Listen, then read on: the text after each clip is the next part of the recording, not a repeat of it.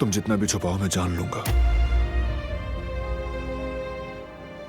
अपने शौहर से छुपाना मुश्किल है। मुझे लगता है तुम अभी से हार मान गई हो। नहीं नहीं, बिल्कुल नहीं। चलो देखते हैं।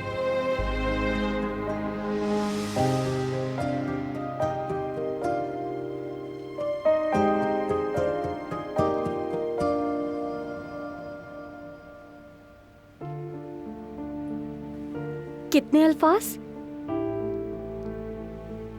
3। तीसरा अल्फाज राज, तुम्हारा राज।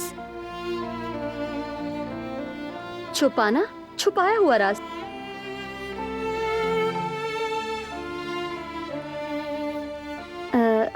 शादी मतलब शादी करना, मियां बीवी, है ना? मियां बीवी।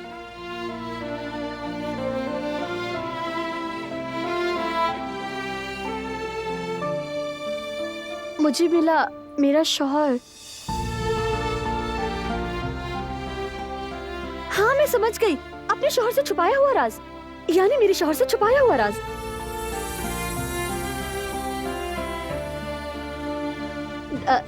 देखा, मैंने कितनी जल्दी गैस कर लिया।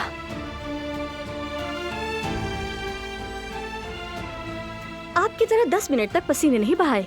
वैसे मैं काफी इंटेलिजेंट हूँ।